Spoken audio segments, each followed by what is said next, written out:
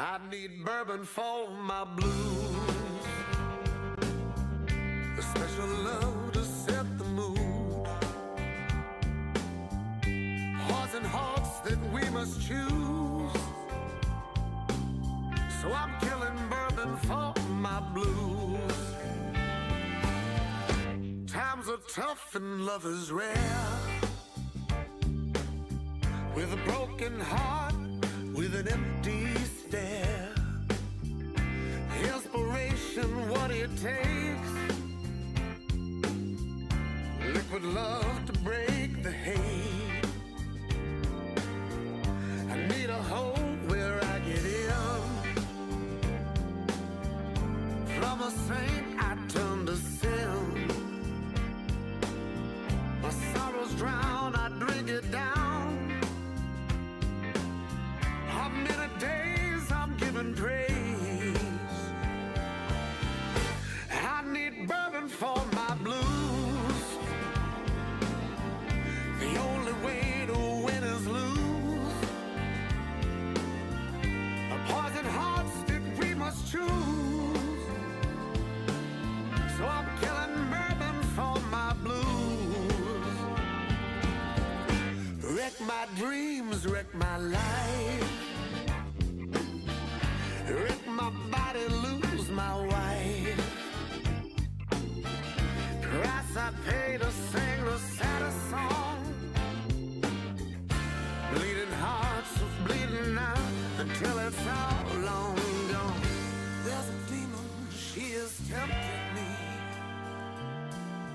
Gives me a thirst so desperately. And now I just can't seem to stop this train. I crash myself into a river of pain. I need bourbon for my blues, a special love to set the mood, poison hearts that we must choose. So I'm killing bourbon for my blues. I need bourbon for my blues. If I drink enough, I'll make the news. For this guitar I will abuse. I think it's time to turn me loose.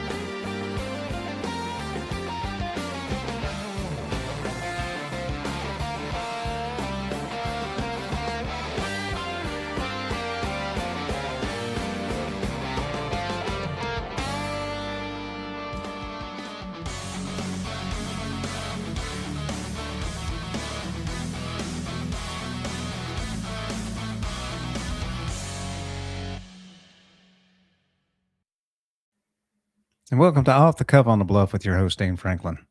Me. Tonight, our guest is Patti Possel. and she works at the Shelby County Election Commission.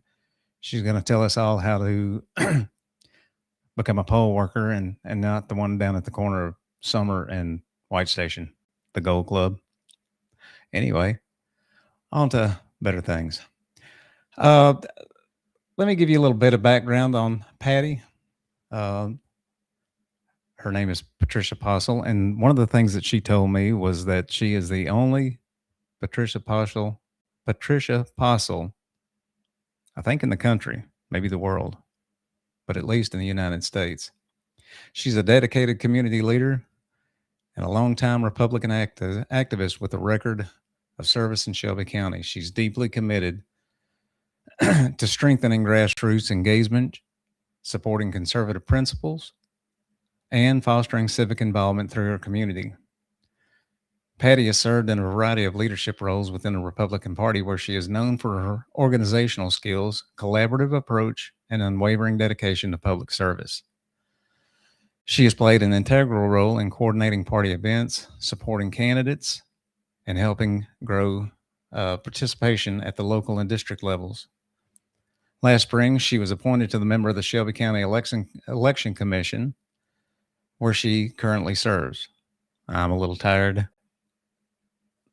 It's okay. I'll get over it. Beyond her political involvement, Patti is respected for her commitment to community service and her passion for bringing people together around shared goals. She believes that meaningful progress happens when individuals step forward, stay engaged, and work side by side for the good of their community. Patti continues to be an active and trusted voice driven by belief in service, integrity, and the importance of civic responsibility. Welcome to the show, Patti. Let me get you on. Hey there. Thank you, Dean. How are you? I'm well. How Good to about see you. yourself? I'm well. Very well. Thank you. Guess I could tip this down a bit. Maybe not.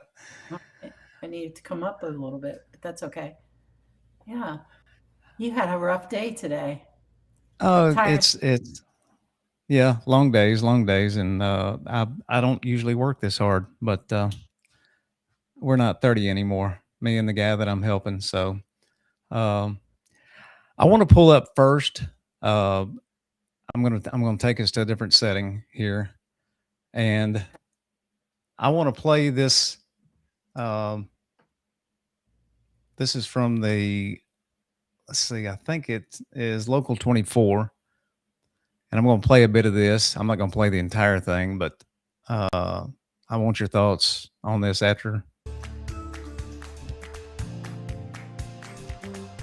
Well, thank you for joining us on 24 Plus. I'm ABC 24 anchor Pepper Baker. It is a big election year, especially for Shelby County, and we are profiling key races this year, and that includes the race for Tennessee's 9th Congressional District seat. So you may personally know this candidate, or you've seen his face before. Joining me now is Tennessee State Representative Justin J. Pearson. Justin, thank you so much for being here. Thank you so much for having me, Pepper. I'm so excited. No, most definitely. So we are going to talk about your campaign for Congress, but I would be remiss if we didn't handle some timely matters first. So this week, there was a claim you made that Shelby County voters, 25% of Shelby County voters were purged from the system after a glitch with the voter registration lookup on the Secretary of State's website.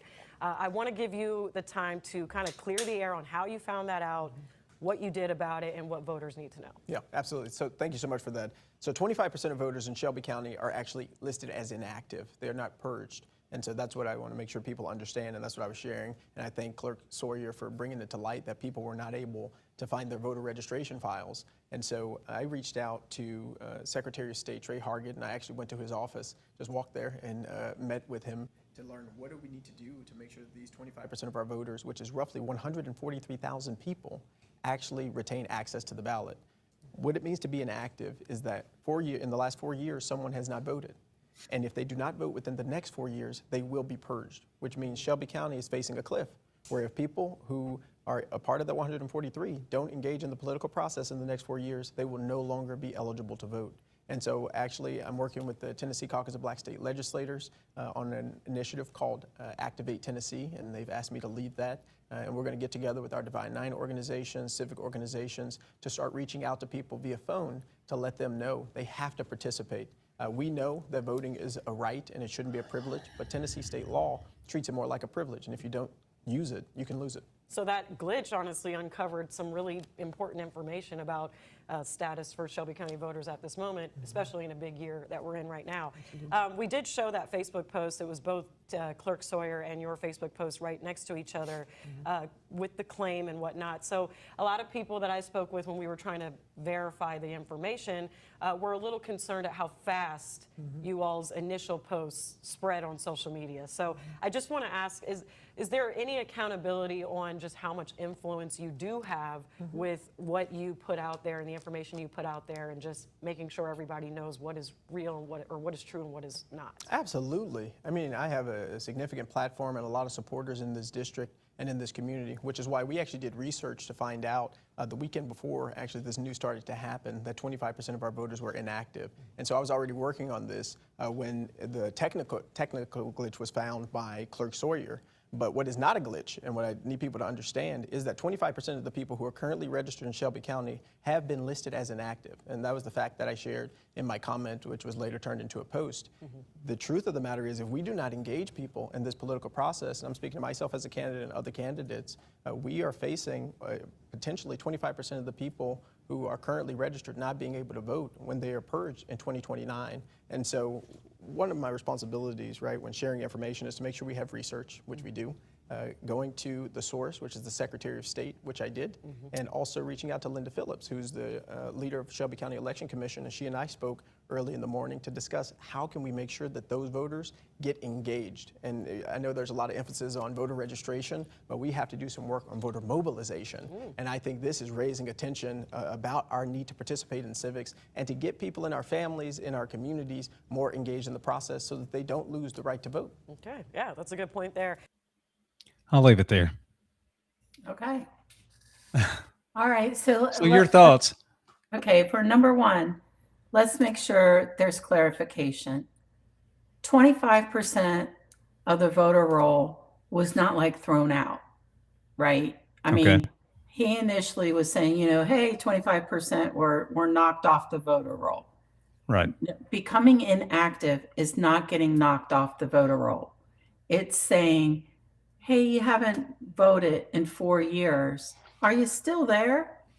And so we at the commission's job is to, because state law requires us to do this, is to move them to an inactive list. Right. And then when we started this earlier last year, and we started with District 13, we're doing county commission districts, and we're doing them backwards.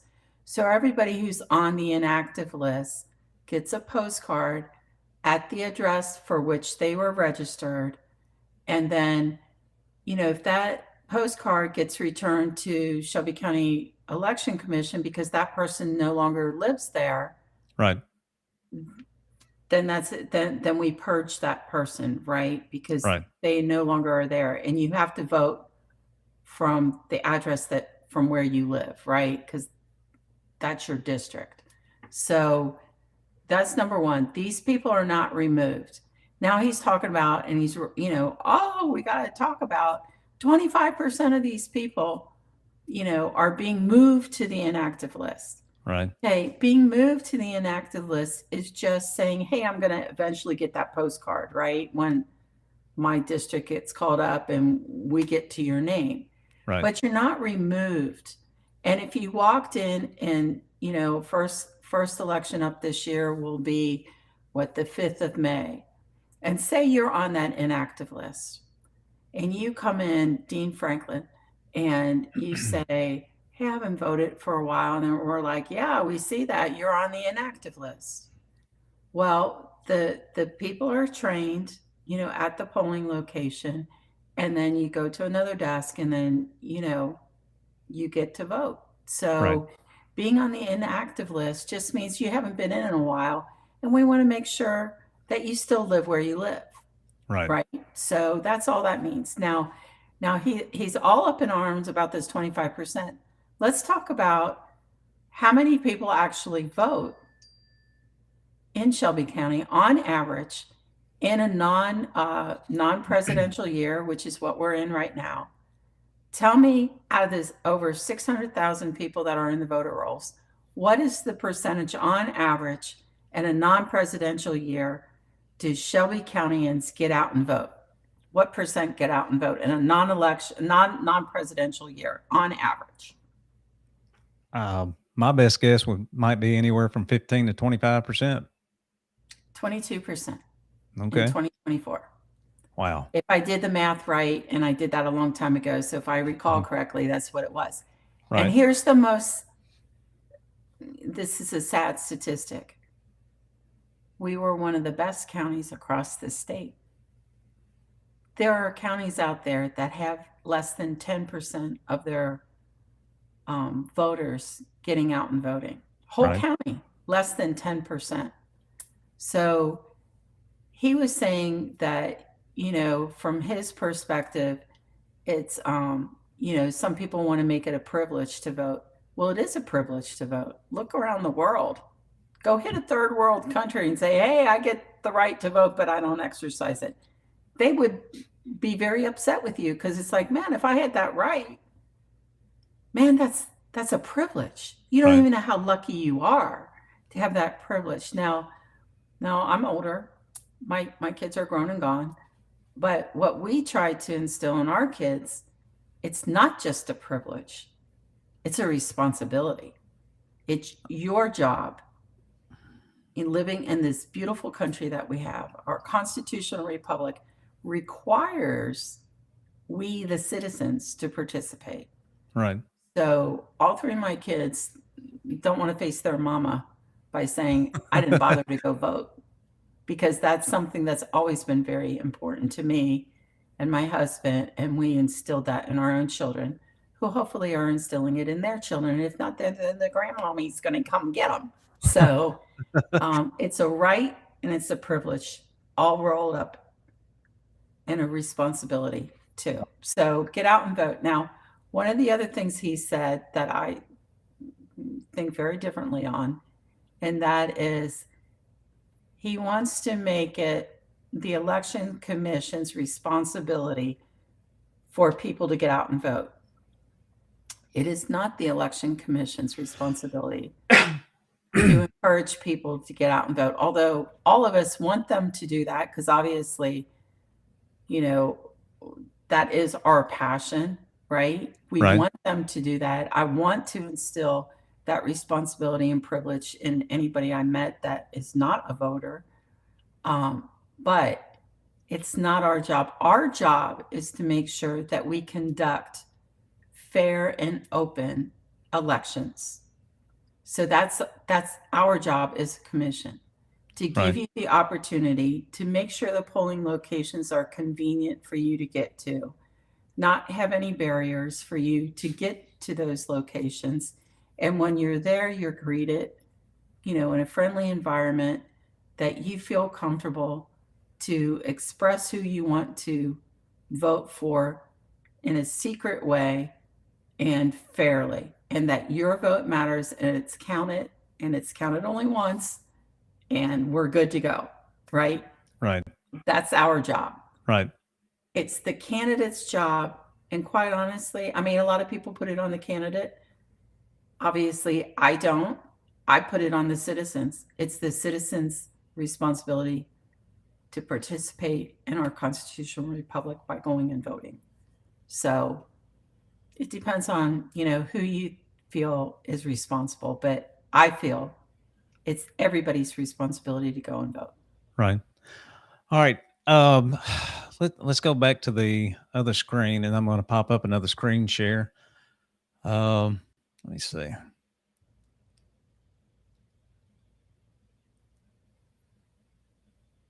This one here, maintaining voter registration rolls. Yes. I've had several people ask me about that, and I'm not. I've only worked the polls one time, and it was fun. It was actually fun. I had a good time. Good. I asked to be put in the deepest Democrat polling place, and I was down in Orange Mound, I think, at the community center. Great place, though. It's a very nice place. I've been there. Yep, it was a great place. Because I mean, I've heard some people say something about, you know, are the voter rolls being maintained, or the Yes. registration rolls being maintained, and just like with, I had a question about the Shelby County budget. It's required by Tennessee law that they've got to give a budget, one that works, I guess, and sometimes they have issues with it, and they Balance. It's got a to balanced balance. budget. Yes, thank you, thank you. The same is required for maintaining voter registration rolls, and there's two Tennessee code annotated, 105 and 106. So that's what Justin was talking about. And he wants to be up in arms going, oh my gosh, 25% of the voter roll is moved to inactive. Well, this is us maintaining this voter roll, right? Right. Because if you're not showing up, why aren't you showing up? Did you forget to tell me that you moved out of the area? Right. Is it, you passed away? Are you incapacitated in some way? Sorry, right? Okay. So, I mean, Yeah. we don't know. You're not showing up. Sorry. Take a drink.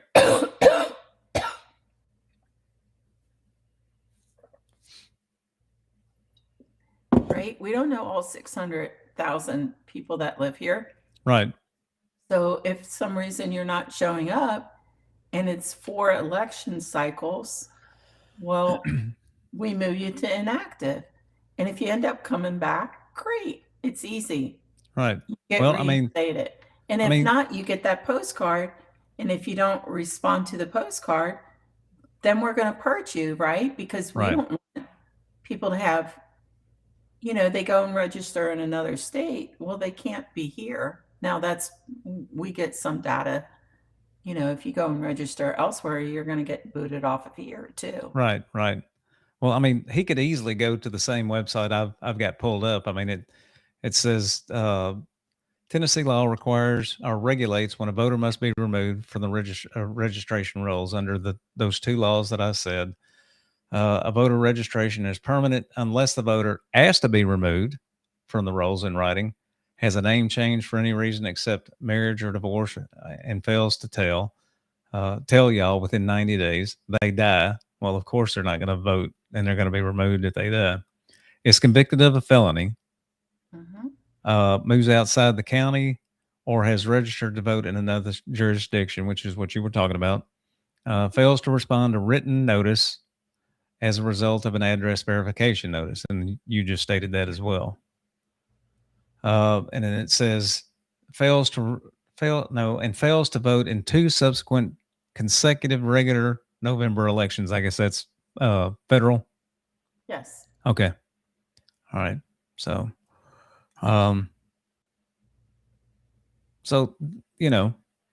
it's easy to find out this information. I mean, we all can't just go strolling into Trey Hargett's office and ask him, what's up with this? What's up, Right. Willis? And just going, when you could have just looked it up yourself, especially considering you have a legislative assistant, Right. And then go on the news to kind of hype it up as if it's something that it is not, which is we do maintenance and that's it. Right. Right. Okay. Let's see. I was, you can't, I mean, you can pull stuff up on Chat GPT, and I was going to post something on Facebook about that, but, because I mean, it's all, everything's human. I mean, so there's going to be some failures and some breakdowns, even going to Chat GPT. But I was looking at something that said, according to a recent statement from state officials on recent maintenance, since January 2026, Shelby County reported 2,871 voters purged from the rolls. I guess that's people that have moved. Well, it said of those 2,361 were deceased, and 499 had moved. 3 were convicted of felony charges, making them ineligible. 6 were removed for judicial reasons. What would that be? Well, judicial means they have some kind of judgment against them that would preclude them from voting. Oh, okay. So probably felony. Yeah, and then it talks about just exactly what he was talking about. 25% of registered voters in Shelby County are marked as inactive, and you've given the details on all that. So tell us about the. Let me pull this. Let me go back to this other page here. I work at this all by myself. Oh, good. I'm gonna pull this, change this out. Okay. And let's talk about becoming a poll worker. Okay. All right. Well, I'm kind of excited about this. You do get paid to be a poll worker. Okay, so we have poll workers that pretty much routinely will, step up and work during early voting. So right now, we have plenty of early voting workers. But on election day, and we have 26 early voting sites, right? Some people call them convenience sites, but and they're in and around town, all over Shelby County. There's 26 of them. And the 3 weeks prior to election day, you can go and vote early, right? Okay. So that's Okay. at the convenience centers. And we've got adequate numbers of both Republicans and Democrats to work early voting. But what we don't have adequate numbers is on election day. Now we go from 26 early voting sites to 142 precinct level polling locations. And the original idea before they went to these early voting sites is, you break it down into neighborhoods, which are called precincts, right? Right. Right. And then hopefully you get people who live in the neighborhood to work the polls. So let's just say Susie Q comes walking through the door and Johnny knows Susie Q lives across town, but she's going to try and vote, at this precinct that he lives in and that he's working. He's going to recognize her as somebody that shouldn't be there, right? That would throw up a red flag. And then also, if you have it in everybody's neighborhood, basically, they should have access to it, right? Because it's somewhat close to their homes. So you break it down, you have 142 of them here in Shelby County. Well, if you have to have about a dozen people working 144 or 142 locations, you need approximately, in very round numbers, about 1,500 workers for that day. Okay. Right? Now, each one of those polling locations, just like in the early voting sites, you want about 50% Republican, 50% Democrat. Because if everybody in the place is one or the other and you have equal numbers, it kind of bumps you up with the perception that you have some integrity, right? Because the Democrats are going to be eyeballing the Republicans, and the Republicans are eyeballing the Democrats to make sure everybody walking through the door gets one ballot, one vote, it's cast, and everybody's happy. So it's a check and balances, right? Right. Here in Shelby County, we're about 400 people shy to get that 50-50 balance when we're shy of Republicans. 450 Republicans shy? Correct. Out of the basically 1,500, you'd need 750 each. Right. Basically, we have 350 Republicans, and we're shy 400. Oh, okay. So we're not even at half for Republicans. So my plea to your audience and everybody else to spread the word, take a day off if you're working on election day. It's a civic duty, right? Right. And you get paid. So it's not like, you can get your vacation pay and then you get paid too. You're part of the process. It's not hard lifting work. It is a long day. You've worked it. I've worked it. It is a long day, especially if you are working in a place where the numbers didn't balance. A lot of people don't know that too. There's some math behind all of this, right? Right. How many Right. ballots came into your polling location, and you got to walk out the door with the exact same number. So, there's paperwork and stuff like that, but it's a team effort. Many hands make light work. It's enjoyable work. You get to meet some other people that you don't know. And like you said, you got to go to another area of town you don't normally frequent and got to know Right. some people that are good. And I did the same thing. I worked over on Jackson, I think the last four election days. I worked over there, and we've kind of got a little team going over there that I look forward to seeing them every election day. So Right. Right. Well, yeah. I they're mean, good people. I had a good time. I mean, I had no idea what to expect. Uh, especially going down there. And I mean, there were, I think what have you got? The person completely in charge of everybody. What is their title? So you've got an officer and a deputy. Right. And so the officer, is the person that's in charge of that precinct location. Right. But they also have supervisors you have regional people that come around and check too. But the officer is the one that, signs on the dotted line and makes Right. sure things are set up properly and tells the worker bees, you're at this station or that station, that kind of thing. Right. I know we had a couple of issues whenever I was there. I think a guy came in from Arkansas and tried to vote, and they, that didn't work. They, I mean, everybody was polite. They talked to him about it and said, you've got to actually vote in Arkansas because that's where your driver's license is from. Well, I just moved to Memphis or whatever. Well, until you get that license, So ID. you, You got to give yeah, me your ID to prove where you are. right. But and I can't remember the lady's name, the main or the officer or whatever. But she was the Democrat, and then the guy with Deputy. her was the deputy, was the Republican or whatever. But she, everything was so cohesive. She was a great lady to work with, and she worked just as hard as everybody else. I mean, she didn't sit back and watch everybody work. No. You don't get to do that. I've been the officer. I've been the deputy. I've been the worker bee.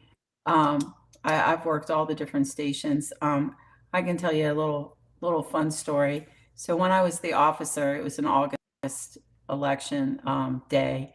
It's hot here in August. If you're new to the area, Right. August is hot. And this particular campaign manager, so there was a candidate, and this location that I was working, if you can visualize, it's a smaller church. They have a small parking lot.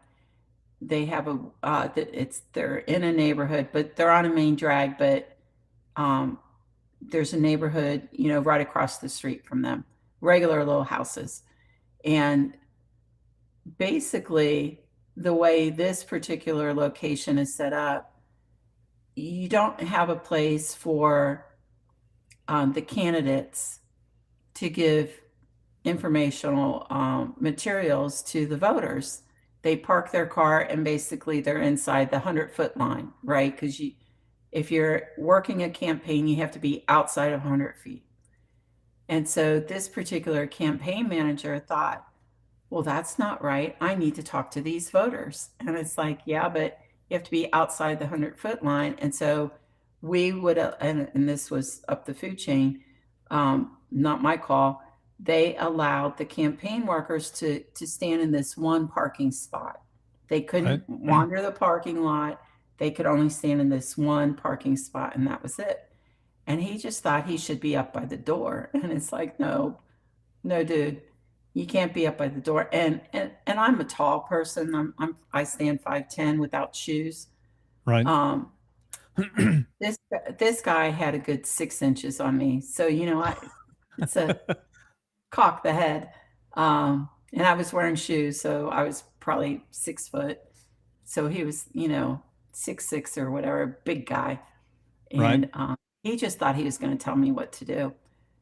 He didn't know you very well, did he? He didn't know me at all.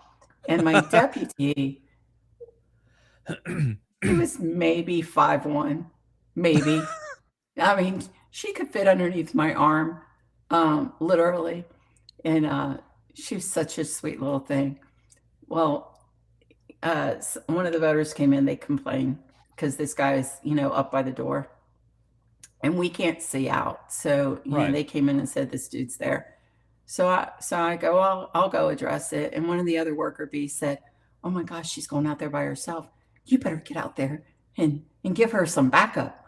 So my little 5'1" compadre comes out there, and she's shaking like a leaf. And this guy's giving me the what fors.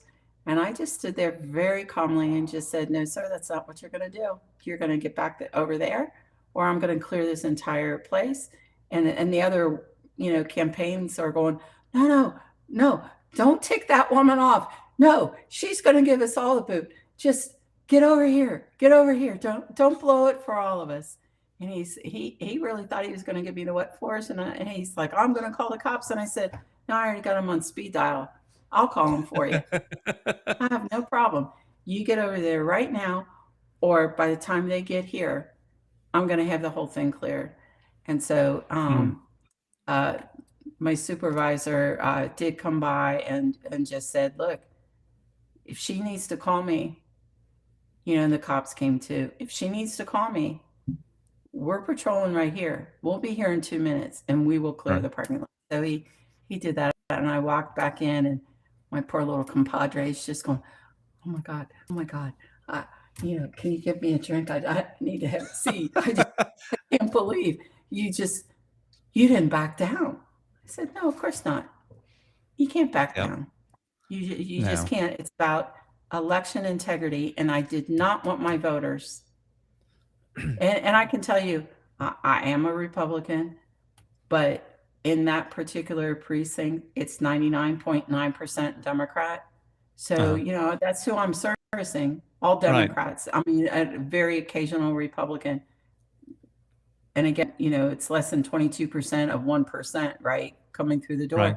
But all voters, if you're stepping up, you are neutral on that day.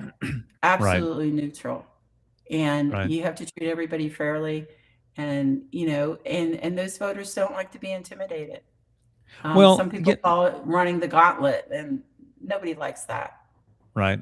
And a lot of people don't even understand that in the state of Tennessee, we don't register as Republican or Democrat. We're all independents, correct? That's right. It's open. You can go in and be a Republican this month and be a Democrat next month. It is not the same as I've lived in other states. I mean, you had to register as one or the other. And it was an ordeal to switch. But here we have open primaries, so you can declare every single time that you come in, whether you are a D or an R or an independent. I mean, you don't have to be either one. But we at the Election Commission are going to treat you fairly. So, I hope your listeners are listening and maybe stepping up. And you also get paid to be trained. We will train you, and those incidents like with that guy are very rare. Very, very rare. There are better things out there, better stories. There's one from 2024 election. I had an older, not old, he's probably my age, in the 60s range, a gentleman that came in, and he wanted to vote. And he was not in the poll pad.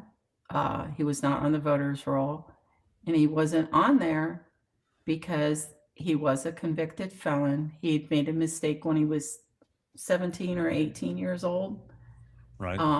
And he sat out all of these years. He served his time, and he was out and he'd been living a clean life, a good 40 years. And he wanted to be a part of the voting block in 2024. Right. And so he sat across the table from me. I was at the provincial ballot table and, trying to figure out why he wasn't in the poll pad, which, we do a little research, find out that he was eliminated because of the mistake he made. And he sat across the table from me and started to cry. And he goes, I've lived a clean life. When can this be over?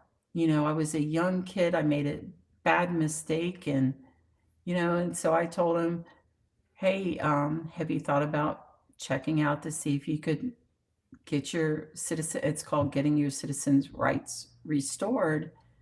Have you tried to get your record expunged? And I know Heidi Kuhn, who's the criminal court clerk, has expungement clinics. Amy Wyrick did it when she was the DA as well. And so, that there's those kinds of stories too. And so after I tried to help this guy as best I could and gave him the resources, and I said, let's get it, can't do anything about it today. Right. But tomorrow you can make a phone call and start this process so that the next election cycle you can be potentially, I don't know all the rules and regulations for getting it expunged and getting your rights restored, but at least explore it and see if you're able to do it. And when it was all said and done, and we had balance and we had to take the things out to Shelby Farms to turn in the results. And I was the deputy that time, and the officer said to me as we're driving out, she goes, you really surprised me today. And I said, really, why? And she said, well, there was this man that came in. She goes on to describe this gentleman. Right. And she goes, you actually wanted to help him. And I said, well, yeah, why not? And she goes, more than likely he was a Democrat. And I said, okay. And she goes, you're a Republican. She goes, that shocked me. And I just thought, Republicans are good people too. Right. Right. Well, I mean, working a poll, we're not Republicans or Democrats. Really, No. we're there to help. We're the there public. to serve. Right. We're there to serve. End of Right. story. I'm looking at the poll worker. So you can be, as long as you're a resident of Shelby County, you have to be at least 16. Correct? Is that correct? Yes, 16-year-olds will hire 16-year-olds, 17-year-olds, 18-year-olds. Of course, you can be a full worker then. The 16 and 17-year-olds, they have limited responsibilities, right? Right. They can't do all the different things, like they can't sign any of the documents or anything Right. like that. Because, there's things that the deputy officer signed, but we also have witnessed by Right. both too. Oh yeah. I mean, I remember at the end of the night, everybody had to sign off on something. We had to write something about the official or the officer or whatever, and this, that, and the other. But yeah, I mean, it says on election days, are you willing to work from 6 a.m. to 7:30 p.m.? Well, I It's a long think, day. yes, I think somebody reached out to me to be there at about 5:45 or something like that. So I mean, and I go everywhere I go, I get at least 30 minutes early. So I think I was there about 5:30. And I think we finally drove out of there about 8 o'clock at night. But folks, poll workers make $280 for the day plus the $60. Is that still correct? Mhm. For the training? For training. Right. So, I mean, Training I think a couple of hours. I mean, it's not bad pay for training. no, absolutely not. It's like somewhere 2 or 3 hours or something like that, maybe 4 at the most. No, it's not. I don't think it's 4. About 2 hours. No, it's probably closer to 3 because basically we average about $20 an hour. Oh, okay. Okay. So, and it's right there at Nixon, across from the penal farm, in case you haven't been there. Or you can train downtown. There's a Okay. location downtown as well. I'm going to take myself off. Adams. I'm going to take myself off the screen for a second and pop Lisa Arnold's question up for you. I'm going to put Okay. you. Hey, Lisa. Ask Patty if there's any rules against a candidate having a cookout with free food and very loud, obnoxious music distractions as people are trying to enter the poll. So you can have a cookout as long as you're outside the 100-foot line. So there are noise ordinances. That has nothing to do with election day. You're not allowed to be obnoxious, Lisa. I know you try really hard not to be. But Lisa's you awesome. can have a cookout as long as you're outside that 100-foot line. You can give away all the free weenies you want. Is there anything else you want to add to this tonight? If you have any questions, go to, we just got a brand new website, which I think has some awesome information about candidates, polling locations, check your voting status, especially if you're, part of that, what would it be, 78% that tend not to vote. And you want to see if you're on the inactive list or, you want to get that cleaned up before election day, right there. So that is elections with an S, shelbytn.gov. Go there and you can see information about voters, candidates, elections, and then hit the poll workers, because I want everybody to become a poll worker. And then the fun facts there, poll workers, FAQSs, they have some really nice questions. What can you do? How to do it? Should I plan breakfast, lunch, and dinner? That would be a yes, because you will get hungry. And once you're there, you can't leave. That's but right. DoorDash is great. So I didn't even, I took my lunchbox. I took me some lunch and snacks and everything else, and I was good for the day. Plus, I think the center had places where you could get something to drink or this, that, and the other too. I think they had machines. oh, So- well, yeah, in yours, but not at mine. Oh, I'm sorry. So, but we did, the pastor was very kind and he went over to KFC. The first time I worked, I didn't realize, I just figured, oh, we'll just call a local restaurant or something. And it's like, well, yeah, but the location I was at, no, there's no deliveries. But anyway, he ran over and got us some KFC. I got a bucket for everybody. Well, to you're share. awesome. You're awesome. So anyway, yeah, no, this has been fun. Any other questions for me on election integrity? How to become a candidate? I mean, you still have time till the 19th of February if you want to be a local candidate. You have until I think it's March 10th or something close to that if you want to be a federal or state candidate. And what is it for local? February 19th. So that's coming up. 10 days. You got 10 days if you want to be be on the school board or one of the clerk's positions. Still can be part of the process. I just saw something. You said the school board. I just saw something. Something popped up on Facebook whenever I was able to take a short break where I was working at today. And a chancery, that's not really a judge, or are they a judge? They're judges. They're appointed. Okay. They're appointed instead of being elected. Chancery Jefferson. But they have gone against what they've said that Shelby County Commission overstepped their bounds whenever they said that all the positions for the MSCS would go up for election. And I guess the primary is coming up and then for August. So the 5 people that were upset that they were going to have to run again at the moment get to keep their seats. And then I think there was like 4 or 5 districts that can still go to the polls, but yeah, so it's positions 2, 3, 4, 5, and I think it was 7. Don't quote me on that. You can look at again, elections, shelbytn.gov. They will say it, but I'm pretty sure it's 2, 3, 4, 5, and 7. The Shelby County Commission was going to truncate their 4-year term down to 2-year term in order to realign that all of the positions would be on the ballot at one time and correspond with the commission seats. So Right. they passed that resolution, and the judge voided that resolution. Right. That happened today, didn't it?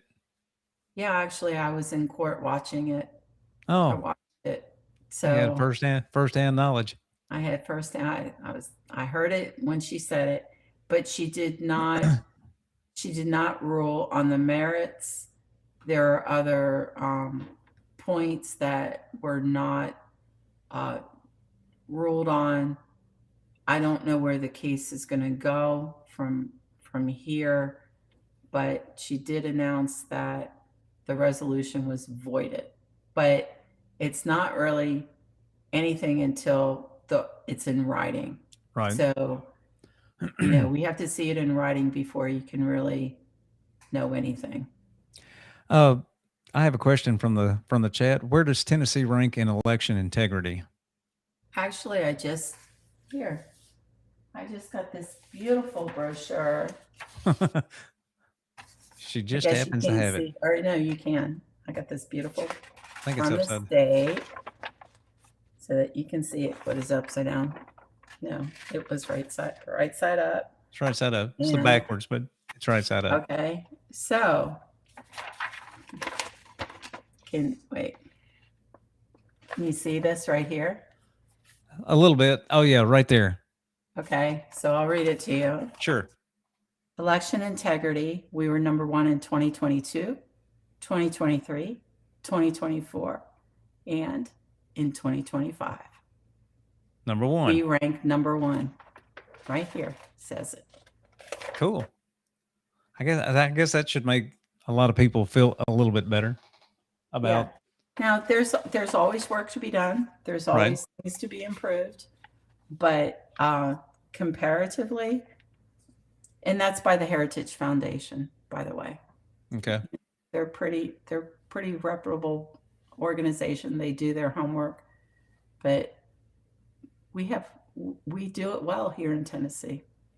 We got number 1 again. Even with the machines that I really don't care for, but I just as soon scratch people's name on a thing and hand it to them, let them count it that day. Yeah, but I got to be able to read it.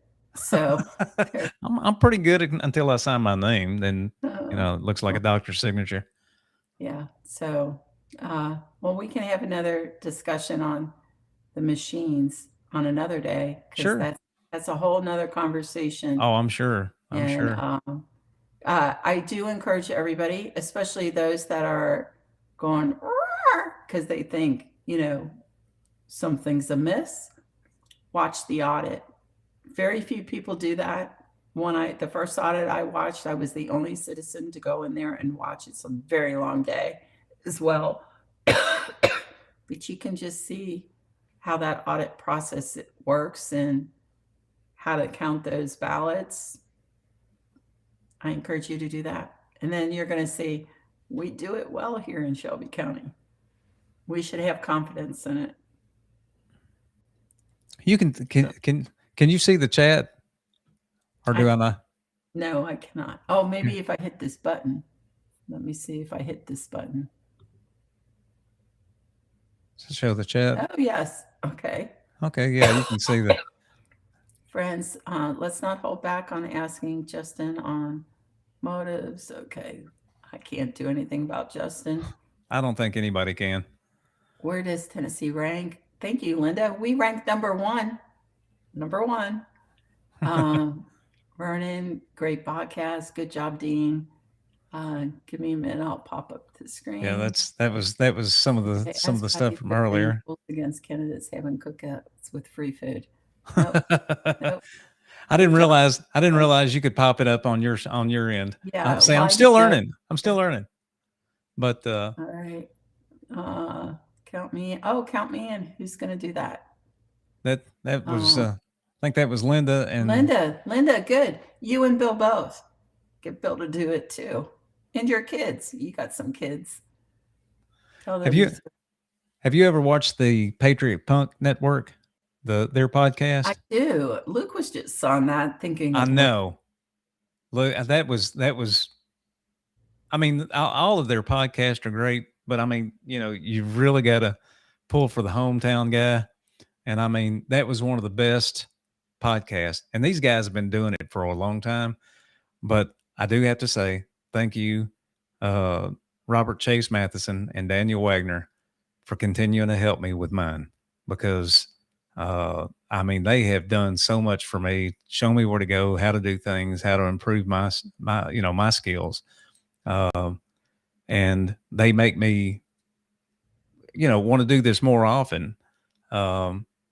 And do a lot of research. I still have my daytime job, so I can't do the research that that I'd like to do at times. And that's why, if anybody out there has questions, or I've had people tell me that they would pay for and file FOIAs for me on certain things. So, anything that, like well, they said, FOIAs don't cost you anything. oh, they don't? Yeah. No, you can put in a FOIA request. If you go to on the Shelby County website, you go to the mayor hot. All you have to do is put in Freedom of Information Act, Right. Shelby County, and it's going to come up. Do you want to file a complaint, or a request? Either way, right? Okay. Because that's where you can put in for like potholes and then also, hey, I would like this documentation or that.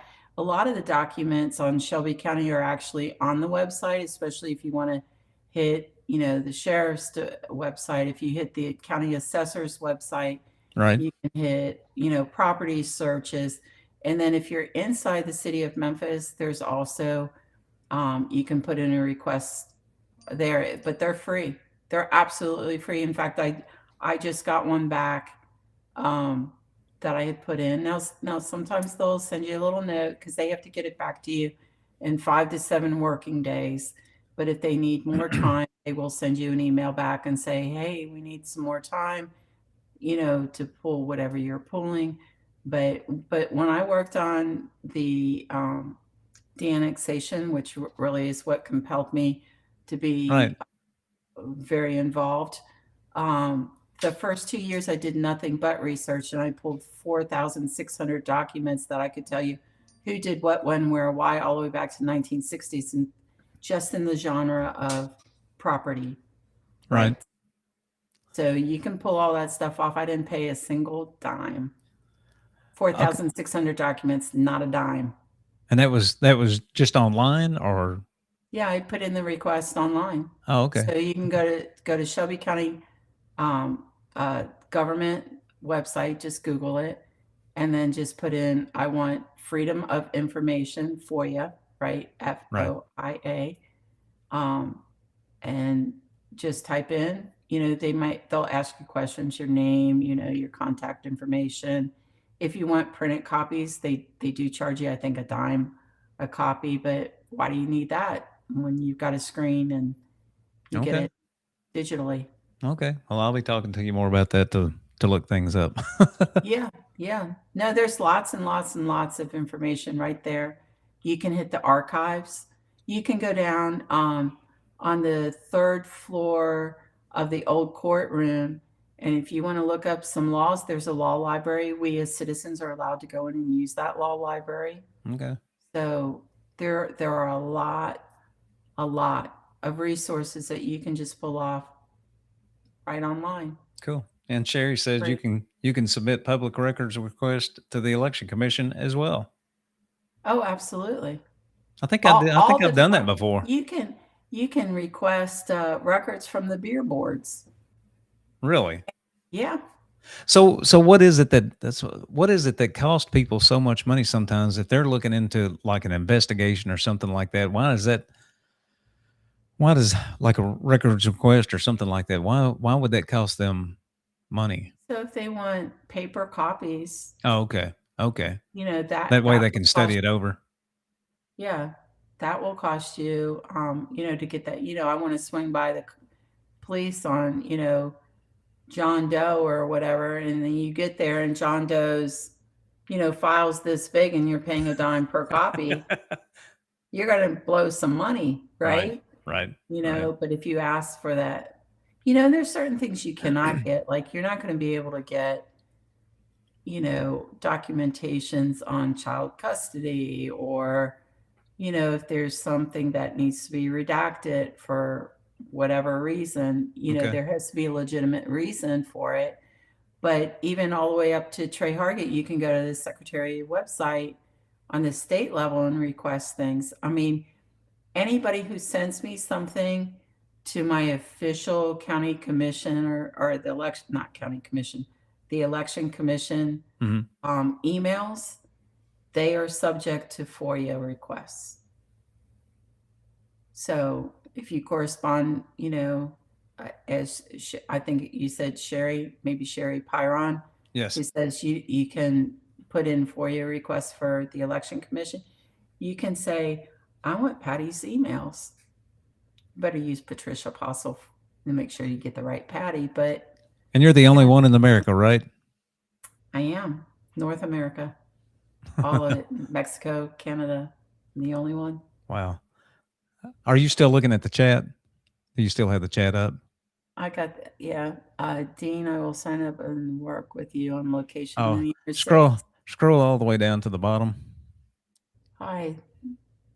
Those like buttons, share and follow. That. What else? Or maybe I should go up the other way. Into the chat. I don't know which State way. your voter roll.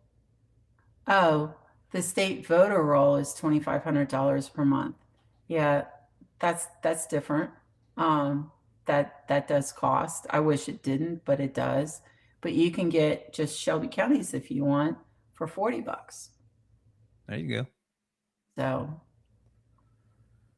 Well, depends on what you want to do, right? Right. Depending on what you're looking for, whether you're wanting every county of the state or just your That's county. right.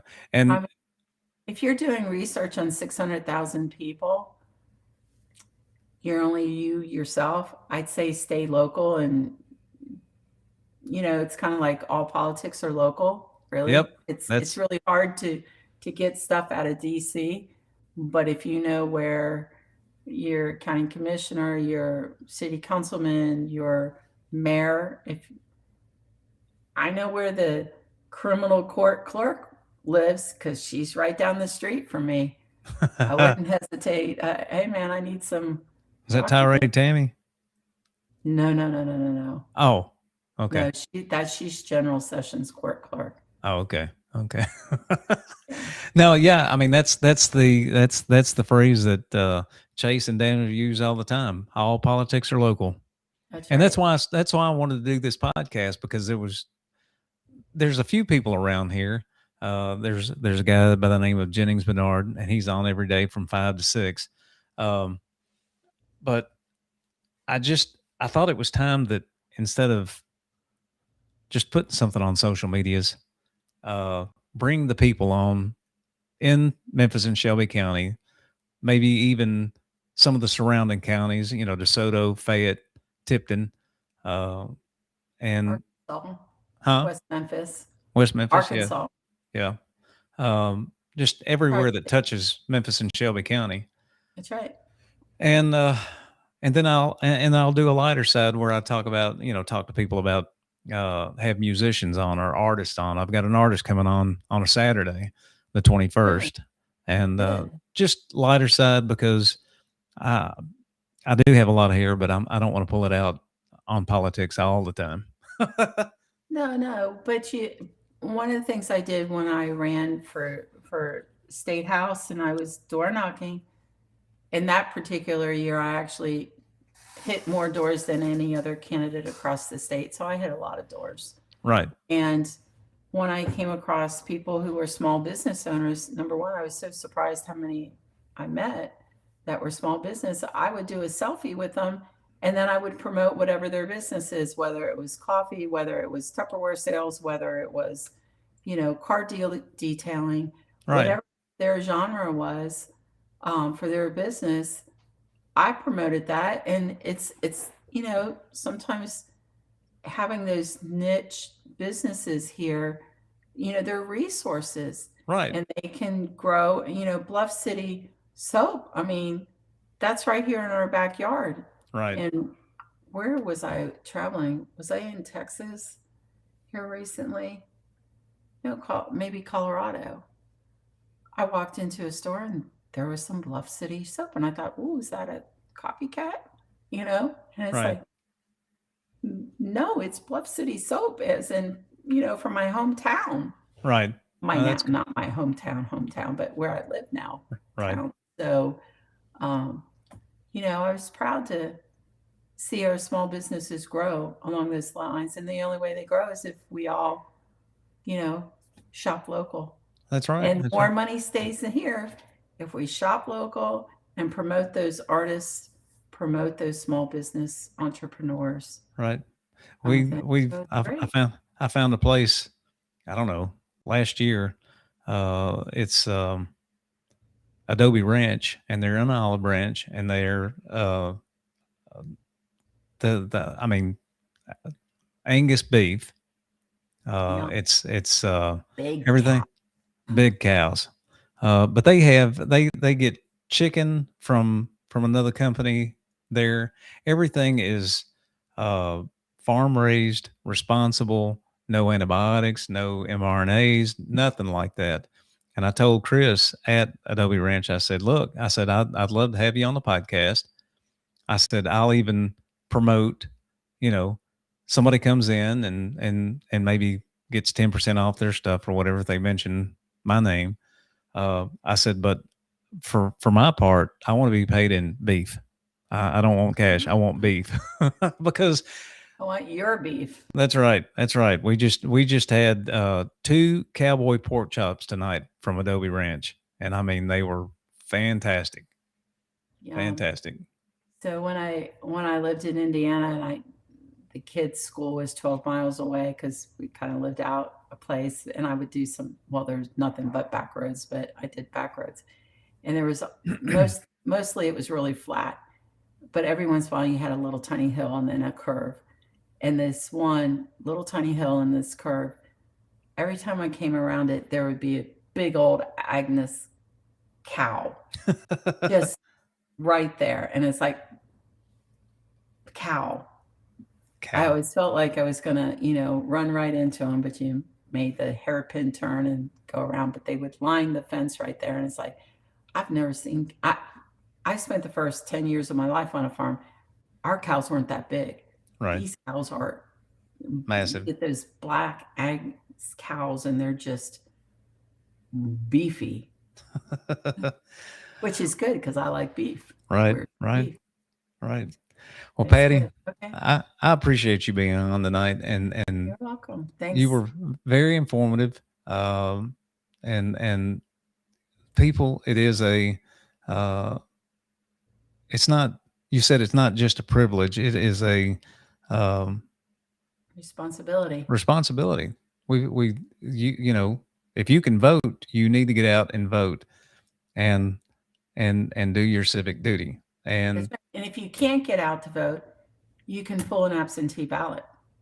oh, you can. Oh Okay. yeah, there are I think 17 reasons, but if you're you're incapacitated because you broke your leg, or you just had rotator cuff surgery and you can't get out, or you've got it scheduled and you're not going to get out, you can pull for an absentee ballot. And absolutely, there's no reason. My husband had to travel out of the country sometimes, and he would be gone 6 weeks at a time. He pulled an absentee ballot, had it sent over to him. He sent it back in. So we make it as easy as possible to vote. There's no reason only 22% of those registered are voting. Right. We should, when people get out during election, presidential years, we're closer we're in the 60s, and 68, 64% get out then. So if you can get out then, again, politics is local. Get out and vote for these local candidates. And if you want to be part of the process, again, we need 400 workers, right? Poll workers.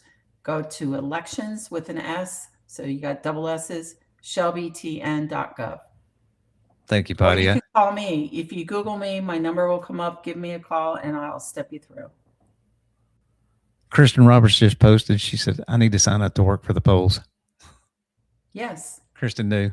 Yes, please do, Kristen. Right there. electionsshelbytn.gov. Register today. Go take your training class. You'll have a little money in your pocket.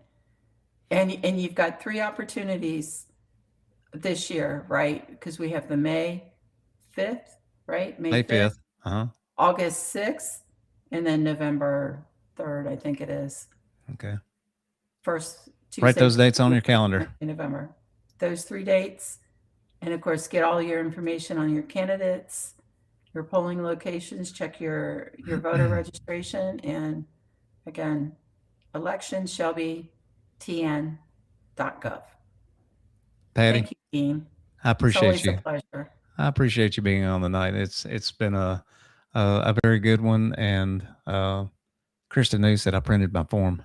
Oh, good. Send it in. Put, I love you, Patty. I'm only doing it for you. And I'll say, I love you too, Kristen. So thank you. Thank you so much, Patty. You have a good evening, You and too. enjoy the rest of your evening. And thank you so much for coming on. And look, we will do this again, maybe for the actual August election or whatever, for the August deal. May's 1st, and then August, and then November. Right. And we can talk about those darned machines. Okay. Yeah, we can do that. All right. All You have a good evening. I'm going to drop you back in the green room. All right. Take care. Good night. So there you have it. Let me come back up here to this one. A lot of good information from Patty. I mean, she is a wealth of knowledge when it comes to voting and everything that you need to do to vote. And like she said, I mean, I did it last year. And it was a lot of fun. I mean, everybody was very nice. Nobody was rude to anybody. And everything went smoothly. I mean, we didn't have any hiccups, not really any hiccups. I mean, there was a couple of people that came in, like we said, but overall, it's a fun time. It's a long day. So just be prepared. Wear your On Cloud tennis shoes or whatever your favorite tennis shoes are with the big wide soles that I think Kramer wore one time. That's such ugly shoes. Anyway, our next show coming up, the next Monday is Damon Curry Marcus. I think it's Morris, Damon Curry Morris. He is the teacher that was at the MSCS debacle where people got to speak in front of everybody. I think that was Redmond, whatever his name is. Don't Mess With Me was there. And Joyce or whatever her name was, Coleman, he went over his 3-minute time, and she directed security to get him out. Well, they drug him out either by his legs or his feet. This gentleman walks with a cane. So he's slated up next for next Monday night. Guys, I appreciate y'all watching. Y'all are such an encouragement, and I appreciate everything. Y'all have a great evening.